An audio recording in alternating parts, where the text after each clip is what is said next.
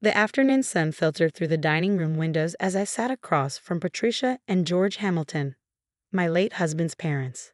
Their expensive clothes and polished manners couldn't hide the predatory gleam in their eyes. "Emma, darling," Patricia cooed, sliding another document toward me.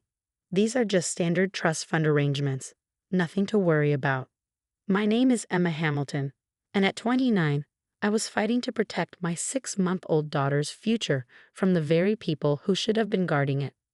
My husband, Michael, had died in a car accident 3 months ago, leaving behind a substantial trust fund for our daughter, Charlotte. What the Hamiltons didn't know was that Michael had warned me about them long before his death. "They'll try to take control," he'd said during one of our late-night conversations. "They've done it before with my cousin's inheritance. You need to be ready."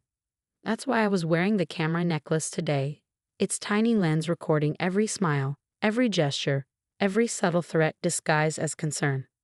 "We just want what's best for Charlotte," George added, his voice smooth as aged whiskey. "The trust fund needs proper management, and as her grandparents, we have experience with these matters." I pretended to study the papers, but I already knew what they contained. My lawyer had warned me about the clever legal language buried in the fine print, clauses that would give them complete control over Charlotte's inheritance, with the power to reinvest the money as they saw fit. "I don't understand some of these terms," I said carefully, playing my part. "Maybe I should have my lawyer look them over." Patricia's smile tightened. "Oh, there's no me for that. We're family. Besides, the deadline for filing these papers is tomorrow. We're just trying to help." The urgency was a lie, of course. Just like the deadline they'd invented to pressure me into signing. But I kept my face neutral, channeling every acting class I'd taken in college. What they didn't realize was that I'd been preparing for this moment for weeks. Every casual visit, every supposedly helpful suggestion, every attempt to access Charlotte's documents, I'd documented it all. The camera in my necklace was just the latest piece of evidence, but it would be the most damaging. The next morning, I met with my lawyer, Sarah Chen, in her downtown office. We reviewed the footage from my necklace camera, and her expression grew darker with each passing minute.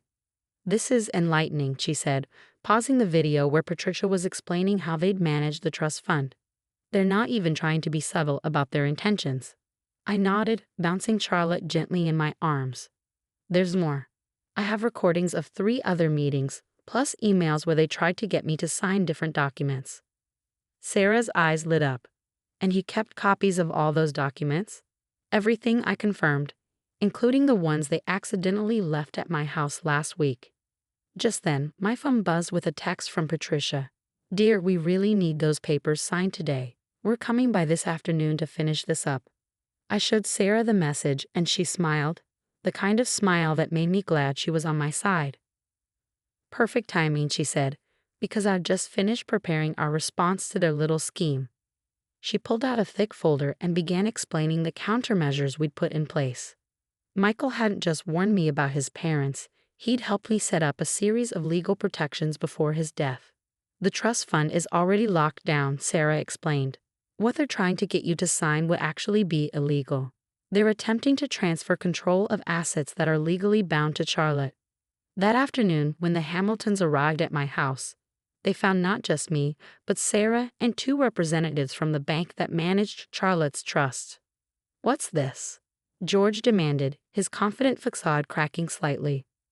"We need to talk," I said calmly, gesturing to the living room. "About fraud, specifically." Patricia's perfectly manicured hand flew to her throat. "Fraud? Emma, dear, what are you implying?" Sarah stepped forward, laying out documents on the coffee table. "Let's start with these attempts to illegally access trust fund documents. Then we can discuss the forged signatures we found on previous transfer attempts." The color drained from both their faces as Sarah methodically presented the evidence we gathered. The recordings, the documents, the email trails, it all painted a clear picture of their scheme. "This is ridiculous," George blustered, but his voice lacked conviction. "We were trying to help." "Help yourselves, you mean?" I said, my voice steady. "Just like you helped with cousin Rachel's inheritance." That made him freeze. The incident with Rachel's trust fund had been carefully buried, but Michael had told me everything.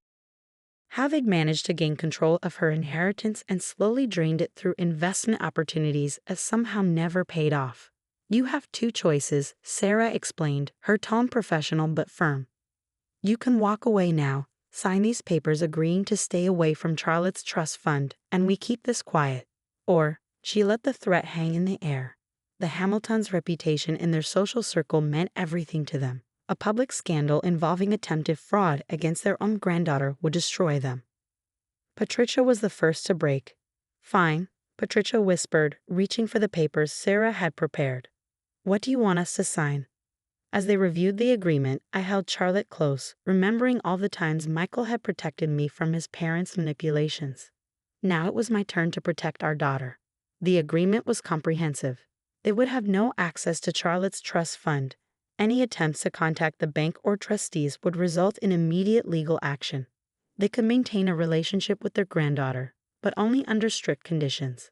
This is extreme, George protested weakly, but signed anyway. His hand trembled slightly, the first time I ever seen him show any sign of weakness. After they left, Sarah stayed to help me secure the final paperwork. They won't give up easily, she warned. People like that rarely do. She was right. Over the next few months, the Hamiltons tried different tactics. They sent flying monkeys, family friends and business associates who'd happened to hear about the situation and wanted to mediate. Each attempt was met with the same response, a firm reminder of the evidence we held. Then came the social media campaign. Patricia began posting about being unfairly separated from her granddaughter. I responded by having Sarah send their lawyer a single clip from our recorded meetings. The post disappeared within hours. 1 year after our confrontation, I received an unexpected letter from Rachel, Michael's cousin.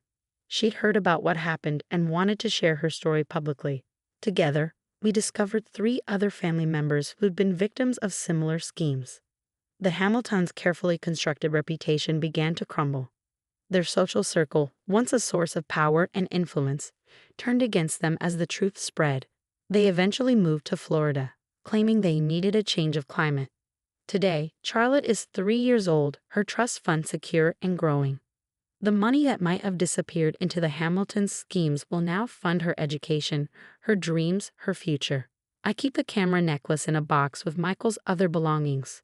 Sometimes, when Charlotte asks about her daddy, I tell her how he protected us even after he was gone. How he taught me that sometimes the best defense isn't confrontation, but careful preparation.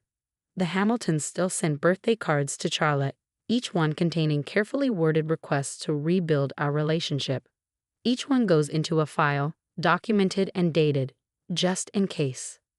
Because if Michael taught me anything, it's that with people like his parents, you can never be too careful. Last week, I received news that George and Patricia had tried their scheme again, this time with a distant cousin's widow. But word had spread through the family. She was ready for them, with a recording device of her own.